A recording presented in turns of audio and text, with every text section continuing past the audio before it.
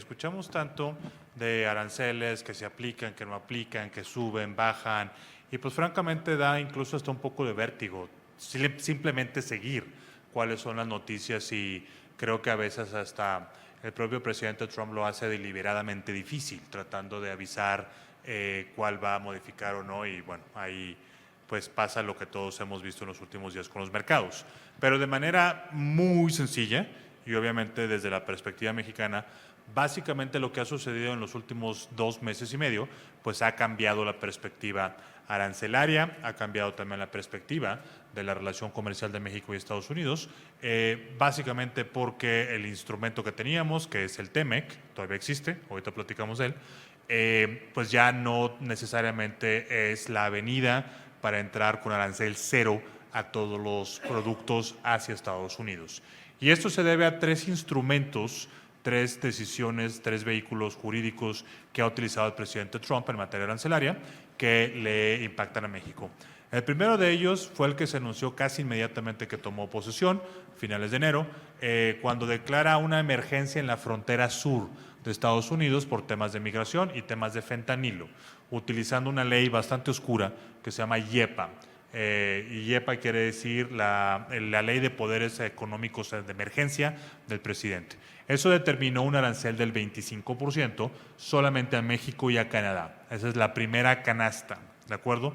Y luego México también fue capturado por toda la serie de aranceles sectoriales que se anunciaron posteriormente y que estoy seguro que Judith y Rogelio abordarán, porque hay aranceles específicos para el sector acero, el sector aluminio, el sector automotriz. Por ahí puede haber otro también de autopartes, hay uno de cobre que probablemente no nos afecta tanto, pero acero, aluminio y automóviles están bajo esta segunda canasta de aranceles, bajo una otra ley que se llama la sección 232, Seguridad Nacional, ¿correcto?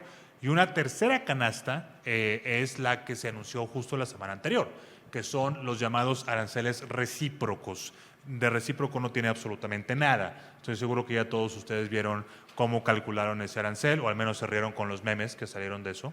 Y pues vaya, ahí están esos aranceles. México no fue incluido en ellos, digo, faltaba más, pero es otra fuente potencial de aranceles. Entonces, en estos momentos, lo que se tiene que hacer es identificar claramente el producto que a uno le importe o que uno fabrique, y ver de acuerdo a estas canastas arancelarias, sobre todo las primeras 2, si vas a pagar o no vas a pagar aranceles. Básicamente es el panorama que tenemos ahorita, Carolina. Rogelio, tú representas al sector automotriz. ¿Cómo están calculando ustedes este impacto final del 25% con todas estas excepciones también que existen de origen de contenido? ¿Y qué tan rápido pueden adaptarse las cadenas de suministro a aumentar el contenido de Estados Unidos? Sí, Carolina, gracias. Igual gracias por la invitación a ti y a Bloomberg.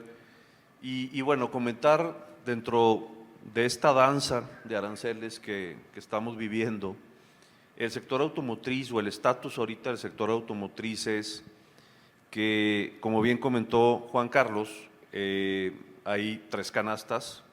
La canasta de recíproco no nos aplica, la canasta del YEPA, que es el primer set de aranceles que se lanzaron y del cual exceptúa a todo lo que cumpla con USMCA, y la canasta automotriz, que hace más o menos lo mismo que el YEPA, esta 232, pero aquí la excepción no es a lo que cumpla USMCA, sino es de lo que cumpla USMCA, de lo que sí cumpla. De eso te voy a descontar solamente el US content, o sea, solamente el contenido americano. Y bueno, como comentó Juan Carlos, digo, en esta danza México, por ser los socios comerciales de 30 años con ellos, todo deberíamos estar exceptos de todo, ¿verdad? Pero no es así, estamos aquí. Sin embargo, en el sector automotriz creo yo que hay una ventaja para los que estamos en USMCA. Canadá y México tenemos esa ventaja, que es descontar el contenido americano para todo lo que cumple el tratado. La industria mexicana en su conjunto está estructurada en 2 maneras de exportar. Toda la parte que exporta, que es el 85%, que cumple con el Tratado de Libre Comercio, el USMCA, y que eso es lo que ahora está sujeto a este arancel que es sobre lo que no es contenido americano. La estimación que hay, más o menos, es 40% de contenido americano en lo que mandamos para Estados Unidos. Esto quiere decir que el arancel va a aplicar sobre el 60% que no cumple. Entonces, un 25% por el 60% que no cumple se transforma más o menos en un 14-15%. Ese sería el arancel efectivo que se estaría pagando de los vehículos que se mandan ahorita de México hacia Estados Unidos. Y bueno, eso hace que si bien, otra vez, no es lo que quisiéramos estar en USMCA y cero arancel, es algo que sí tenemos de ventaja contra los demás países. Entonces, ahí estamos, esta estructura altamente cambiante, digo, yo estoy seguro que pronto llegaremos en el sector automotriz a acuerdos que nos permitan continuar. Decías sobre las cadenas de valor, ¿qué tan rápido se pueden adaptar? No es rápido eso. Son cadenas de valor que se han formado en 30 años, que tienen los tratados vigentes, son cadenas que se han hecho por las mismas empresas estadounidenses, japonesas, coreanas, europeas, a través de 30 años de formación de un modelo que ahorita nos están cambiando, un modelo que ahorita cambian y que no es nada sencillo decir, bueno, pues no cumplo, ahora déjame cumplo, déjame volteo aquí y cumplo, o déjame hago algo para cumplir. No son acciones que se determinen en meses, son acciones que toman tiempo. Cada proveedor automotriz hace un testeo de meses para poder ser proveedor. Entonces, cambiar de un proveedor no es cambiar, hoy quiero un proveedor y mañana ya tengo otro proveedor, no es posible. Entonces, yo creo que esa rigidez de las cadenas ahorita no es posible que se muevan muy rápido. Entonces, la repercusión la van a tener los consumidores. Finalmente, este arancel no hay de dos cosas. O se lo traga la empresa o lo repercute al consumidor. O mita y mita. A lo mejor un cachito me lo como yo como empresa y otro cachito lo repercuto a los consumidores en Estados Unidos, ¿no? Entonces, esa es un poquito la situación. Yo creo que pronto podremos llegar o estaremos llegando a acuerdos, como platicábamos ahorita Judith, Juan Carlos y yo, y hace 4 días teníamos otro esquema de aranceles y ahorita ya tenemos otro, y hace 15 días era otro. Entonces, ¿quién nos dice que la semana que viene no podamos tener otro? ¿Puede ser? Sí, así parece. Estamos a un tuit de distancia de que cambie la política comercial. Judith, de tu parte, hoy estás representando al Cuarto de Junto, la Concamín, pero también tienes un rol en Ternium, una de las empresas acereras más importantes de toda la región. Desde la empresa y el sector en general, ¿cómo están viendo también este panorama? Sí, gracias Carolina. Buenas noches a todos. Y tengo que decir que me da mucho gusto compartir esta plática con Juan Carlos y con Rogelio. Gracias por la invitación. Y bueno, en cuanto a la pregunta, antes de entrar al sector acero y a Ternium, me gustaría aclarar que es muy distinto navegar en un entorno cuando estás viviendo una situación particular como empresa a cuando estás viviendo un contexto tan general o tan global, ¿no? Esto que estamos viendo no es algo exclusivo para Ternium o exclusivo para el sector acero o para la industria o para México. Al final de cuentas es algo que con una de las distintas tipos de aranceles que ya nos platicó Juan Carlos que hoy se están implementando, pero al final de cuentas es un impacto global que está liderando Estados Unidos en este intento de reestructurar el comercio internacional. Entonces, navegar en este entorno implica como si estuviéramos en una ecuación con muchas variables en donde lo quieres empezar a resolver, pero todavía pueden salir más variables, ¿no? Entonces, tienes que estar al pendiente de muchos temas.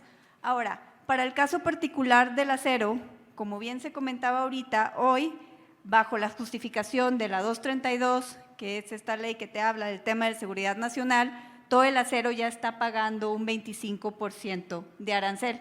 Y a diferencia del caso que nos comentaba Rogelio, aquí sí va completo el pago del 25%.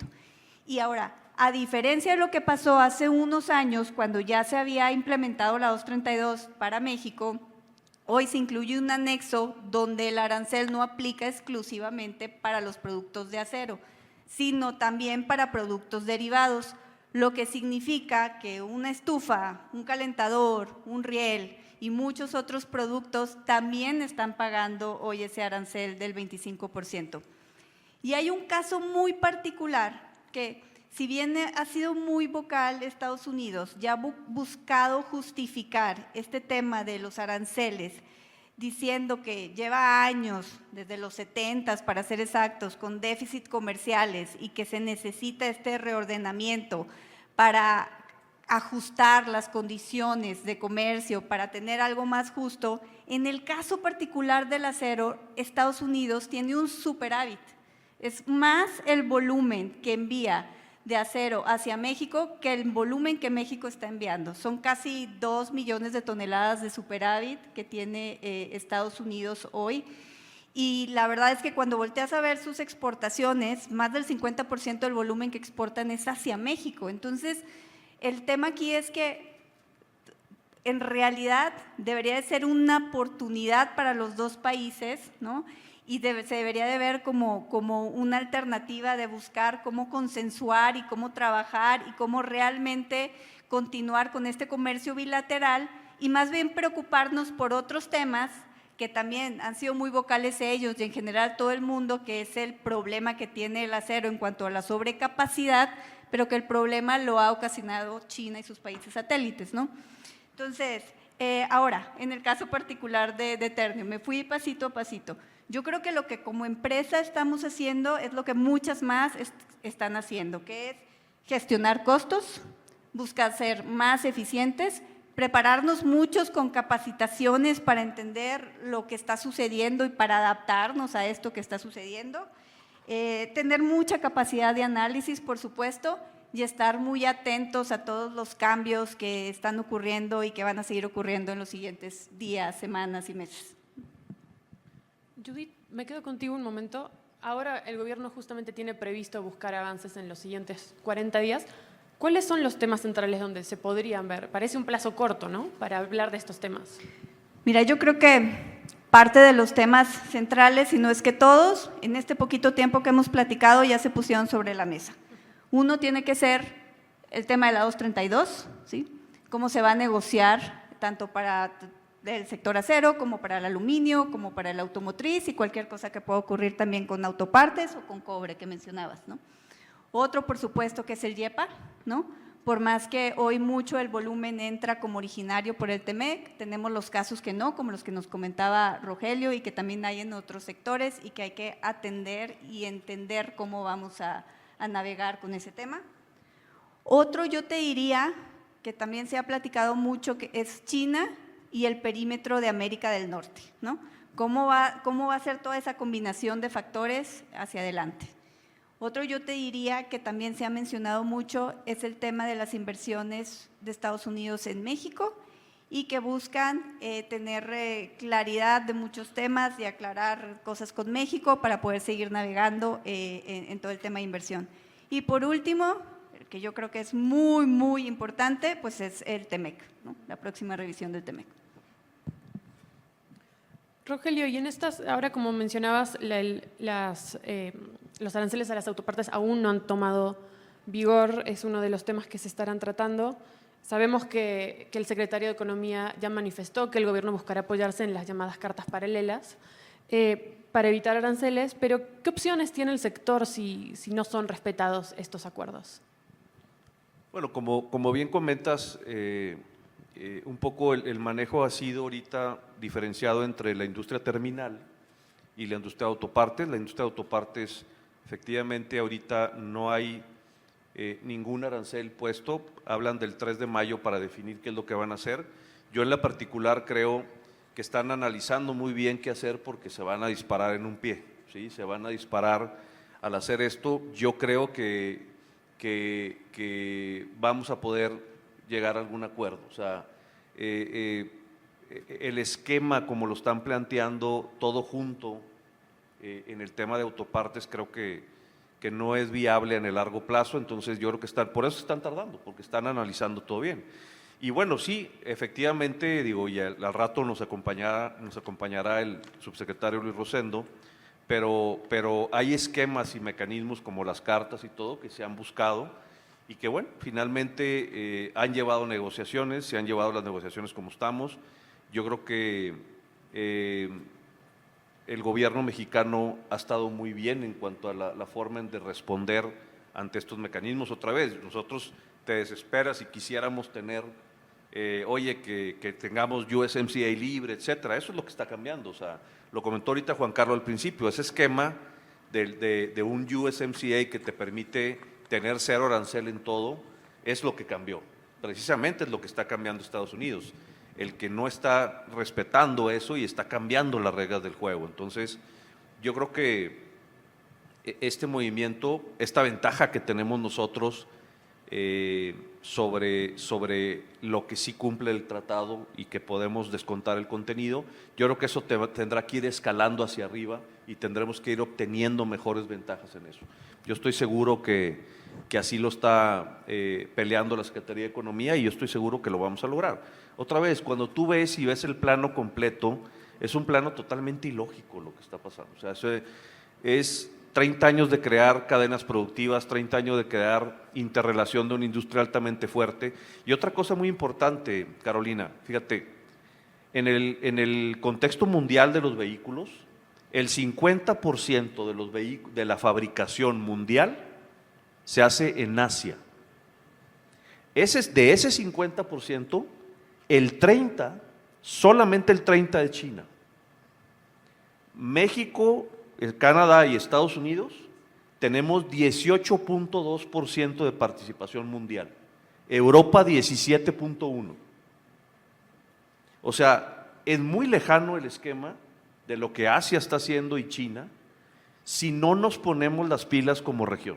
Si como región no hacemos una región automotriz fuerte, consolidada. Y cuando digo sector automotriz me refiero a la industria terminal y me refiero a la industria de autopartes, porque es una que funciona en su conjunto. Si no nos ponemos las pilas, nos van a dejar siguiendo atrás el bloque asiático.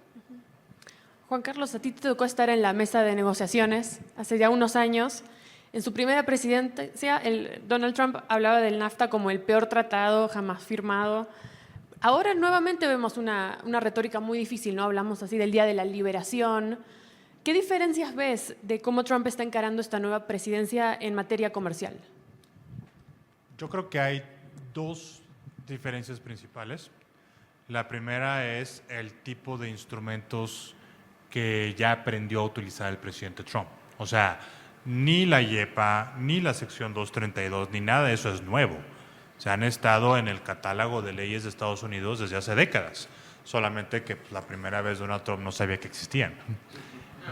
Y entonces ahora, pues ya las descubrió, ya sabe que las puede utilizar, ya sabe que no tiene que pasar por el Congreso, lo cual es muy importante en Estados Unidos, y pues evidentemente le da el tipo de resultado, al menos en el corto plazo, que él está buscando. Entonces yo creo que sí hay claramente un aprendizaje, hay una serie de conocimiento práctico que el presidente Trump no tenía en la primera ocasión y que ahora sí lo tiene. Lo segundo es que la verdad es que en aquel momento el NAFTA sí tenía pues el TLC viejito, el del 94, que fue el que revisamos. Ese tratado pues sí ya venía arrastrando una serie de condiciones, llamémoslas subóptimas. El tratado era originalmente de 1994. Donald Trump llega a la presidencia la primera ocasión en el 2017. En 2016 se elige, en 2017 llega. Para ese momento el NAFTA ya estaba un poco desvirtuado, por decirlo menos. E incluso había instrumentos comerciales de Estados Unidos, de México y de Canadá mucho más nuevos y modernos que el NAFTA anterior. Entonces yo creo que ahí pues Donald Trump llegó y cuando quiso empujar el NAFTA, pues la verdad hubo pocos argumentos que le hicieran ver que eso era una muy mala idea, ¿correcto? Era una muy mala idea desaparecer, como decía Rogelio, esta relación que habíamos fraguado a lo largo de 25 años. Había que transformarla, pero cercenar completamente destruyendo el NAFTA, pues la verdad es que hubo muy poca gente que se atrevía a decir que era mejor preservar ese instrumento legal. Yo creo que, a diferencia de lo que pasa hoy, pues el TEMEC tiene prácticamente 5 años que entró en vigor. Los resultados, y se los puedo decir de primera mano, nadie de los que participamos en ese proceso nos imaginábamos los resultados tan exitosos que iba a tener el USMCA y el TEMEC en tan poco tiempo. Y podemos tener este debate toda la noche si quieren.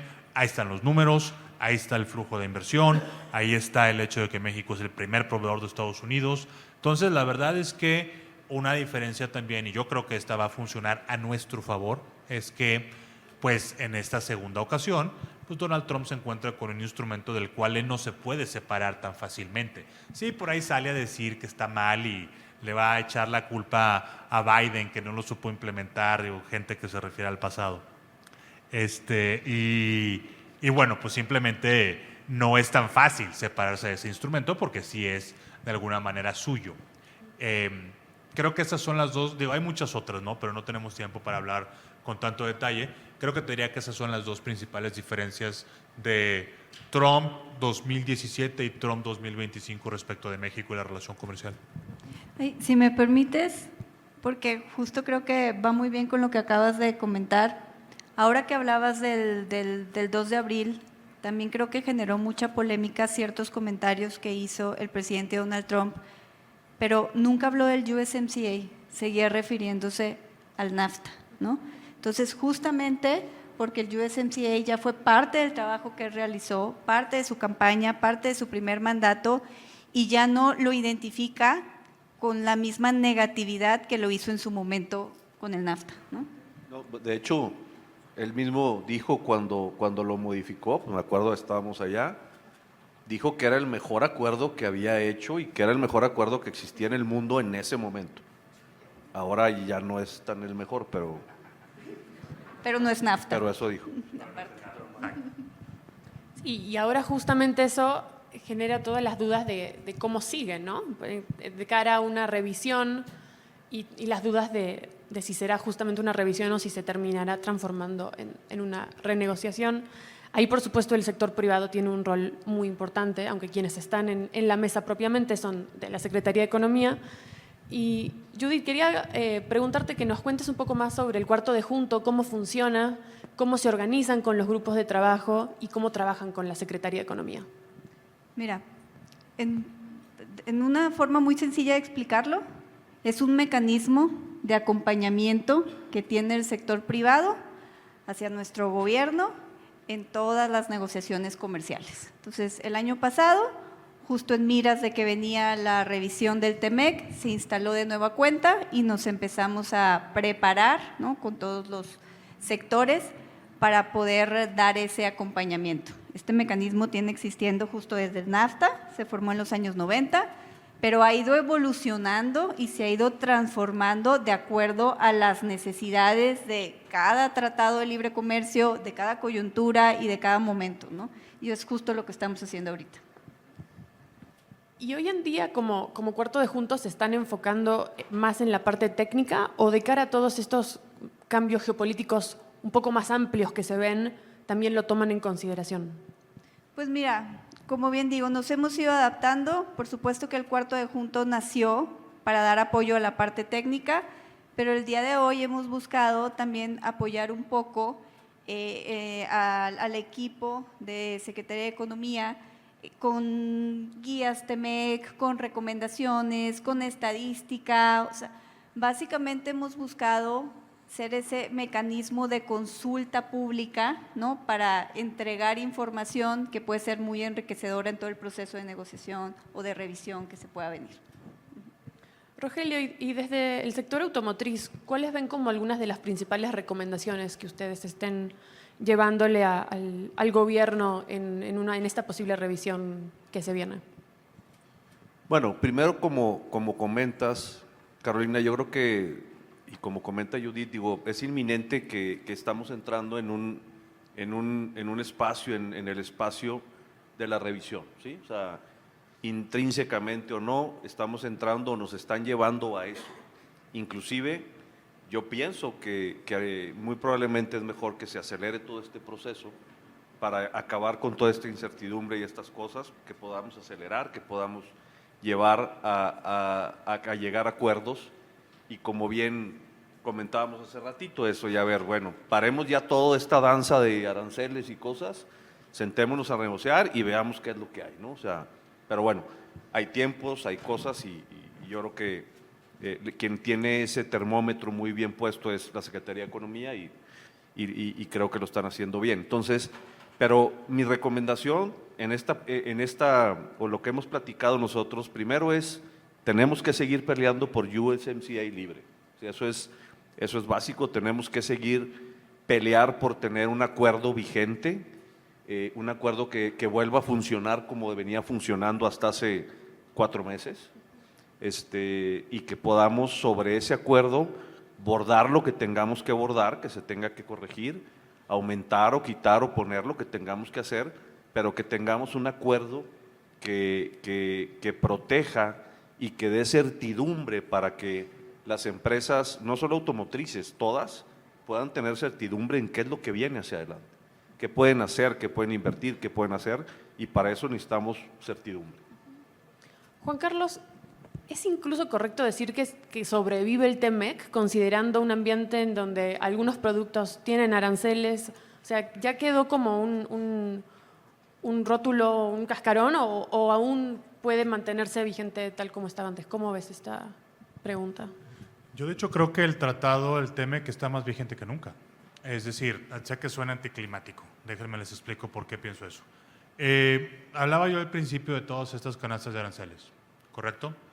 Y si bien no es lo que nadie de nosotros quisiera, en cada una de esas canastas hay ventanas en donde se pueden ofrecer flexibilidades o incluso excepciones completas a los productos mexicanos, pero ahí es en donde empieza a verse clara la relevancia del tratado, siempre y cuando cumplas con el tratado. Entonces, por ejemplo, el arancel YEPA, si tú cumples con tu regla de origen respectiva, no pagas ese 25%, ¿correcto? Entonces, bueno, pues ahí te están dando el mensaje de que dentro de todas las cosas que Donald Trump le dan exactamente lo mismo, todavía hay algunas que no se atreve a derrumbar completamente, ¿no? Igual en el caso de los automóviles, si tú cumples con la regla del TEMEC, puedes descontar el contenido, mano de obra, componentes estadounidenses. En el caso del acero no es tan directo, pero hay ciertas cosas que, por ejemplo, para derivados, si compras de molinos estadounidenses, 100% te pueden, o sea, en fin, siempre y cuando tú tengas un footprint suficientemente grande en América del Norte, tienes acceso a estas ventanas. Si no lo tienes, estás fuera, estás frito. Entonces creo que de entrada esa es una primera señal de que el tratado sigue siendo muy vigente. Segundo, y seguro el subsecretario Luis Rosando lo comentará en unos minutos, pero cualquier discusión futura, y futura es la semana que entra, por cierto, que vaya a suceder con Estados Unidos, va a partir de la base del TEMEC. Es decir, tú pusiste unos aranceles que a mí, la neta, no me laten porque van en contra del tratado. Y tú quieres que haga cosas respecto de las cadenas de valor y que identifiquemos proveedores de otros países, que es un eufemismo para decir China. Pero todo eso se tiene que hacer en un contexto, se tiene que hacer con un marco que defina esa propia discusión. Y ese marco es el TEMEC. Por eso yo coincido también con lo que dice Rogelio. La verdad es que independientemente de la semántica, si es revisión, renegociación o lo que sea, me parece que lo más sano en estos momentos, dadas las 17 pistas que traemos abiertas, sería sentarnos, hacer una pausa y decirle a nuestros socios norteamericanos, ¿sabes qué? No podemos seguir así. Hay que sentarnos, hay que tener una discusión ordenada y por lo pronto todo esto me lo congelas y si tienes tus preocupaciones, que las va a tener porque de hecho por eso vienen las decisiones arancelarias, pues vamos abordándolas en el tratado, pero no cada una en lo abstracto, en la estratosfera, en donde pues quién sabe qué va a acabar. Entonces sí, yo creo que el tratado está más vigente que nunca, ¿eh? Judith, ¿nos pudieras adelantar también algunas de las recomendaciones que ya empiezan a preparar, sabiendo que por supuesto falta mucho por desarrollar, pero algunas de las recomendaciones que están ya anticipando? Y antes también mencionabas el tema de China. sobre ese tema específico, ¿cómo lo están abordando? Sí, mira, hace rato que hablaba de los temas que para mí me parece que son parte de la agenda, como bien dices, mencionaba China, pero yo creo que ese es un tema que va más allá del TEMEC. Es un tema que está en la agenda de México y hoy hemos hablado de todo y no hemos mencionado, y eso que lo he escuchado diariamente en cualquier foro, al famoso Plan México, ¿no? Entonces, es parte también de los objetivos del Plan México con todo este tema de incremento de contenido nacional, del desarrollo de proveedores, de sustitución de importaciones. Entonces, yo creo que el tema China tiene sus dos vertientes. Una a la interna, como parte de este plan que se ha estado vocalizando mucho y que es parte de los objetivos para continuar industrializando México, y otro como parte de los ajustes o revisiones que sí pudiera haber dentro del TEMEC, ¿no?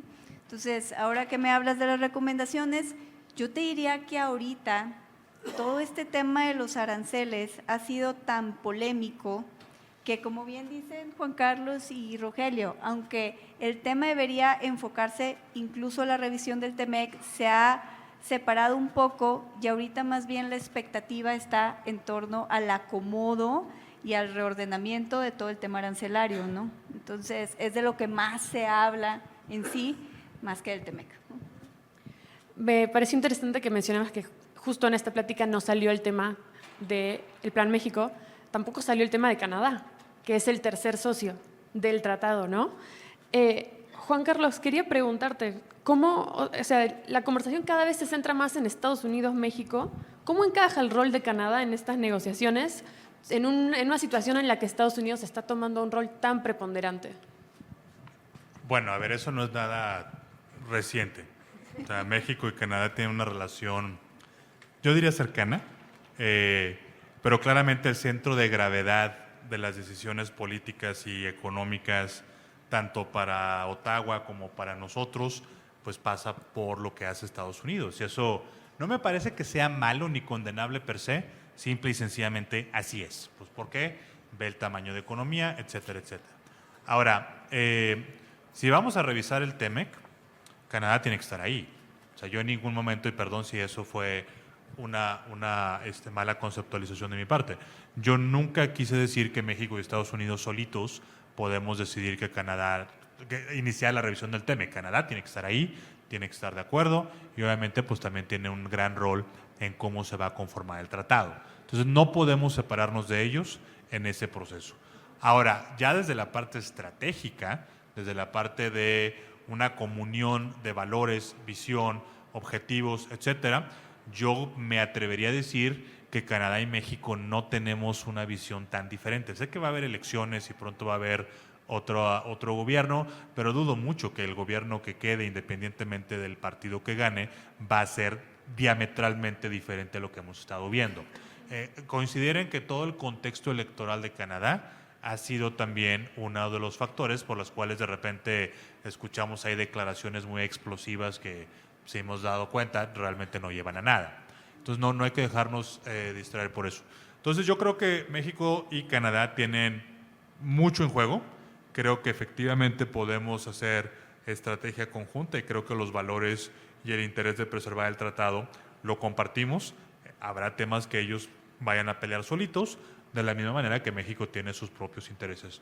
Pero por supuesto que tiene que estar en esta dialéctica, no hay de otro. Antes de cerrar, quiero hacerle la misma pregunta a los tres y escuchar sus opiniones. Tiene que ver con el tema del nearshoring. Creo que antes del tema de los aranceles era ese el tema de moda. Ahora cada vez hay más preguntas, hay quienes preguntan, ¿el nearshoring está muerto o el nearshoring está mutando, se está transformando?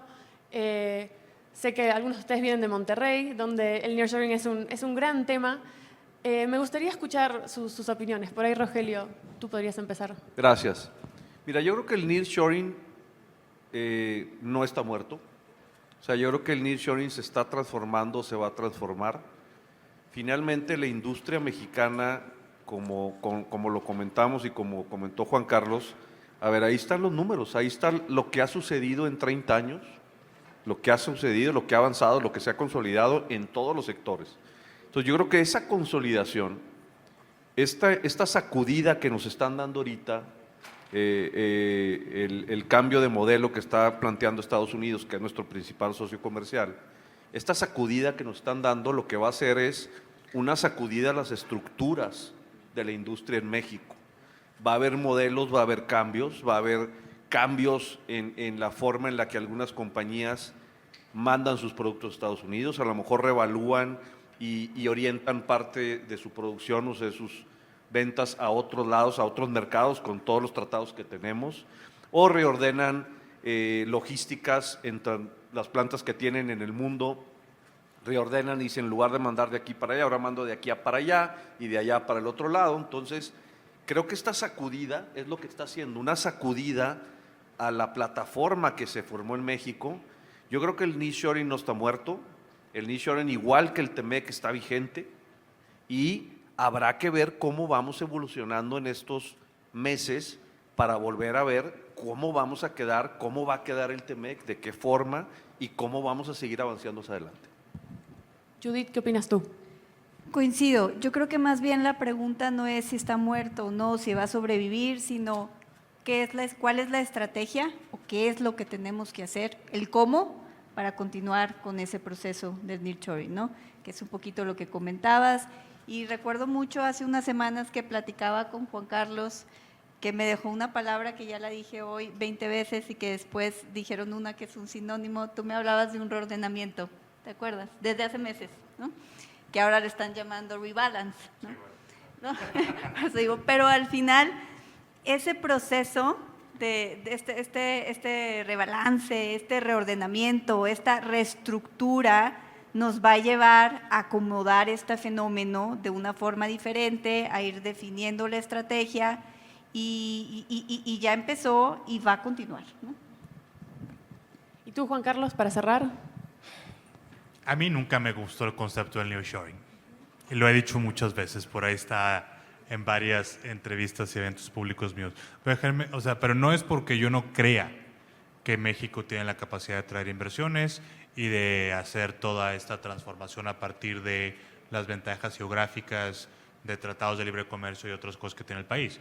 A mí lo que siempre me hizo sentir bastante incómodo con el concepto del nearshoring es que, si se remontan hace 2 años, pues parecía que México no tenía que hacer absolutamente nada y que el dinero iba a llover del cielo solito. Y eso me parece que oscureció mucho de la discusión y de las decisiones que tenemos que tomar internamente. Ahora, ¿van a seguir llegando inversiones al país? No tengo la menor duda de que eso va a continuar, ¿sí?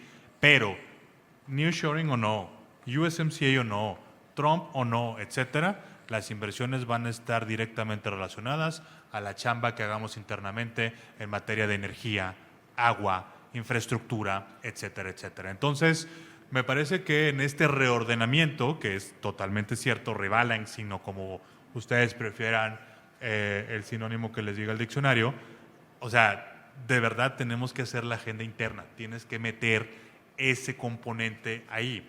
Y yo creo que pues parte de lo que el Plan México conceptualmente está tratando de hacer va para allá. Y si, bueno, se juntan varios factores, que nos arreglemos con Estados Unidos bien, que le demos una vigencia y legitimidad y modernización al TEMEC, y además estos elementos de agenda interna, México se puede ir otra vez a la estratosfera, no tengo la menor duda de ello. Pero no va a pasar solo, ese es como que siempre mi comentario Arial 34 vol subrayado, o sea, ese es el mensaje, no va a pasar en automático. Muchísimas gracias a los tres por sus contribuciones, por participar de esta charla. La verdad les agradecemos mucho. Es una conversación que sigue. Ojalá podamos convocarlos nuevamente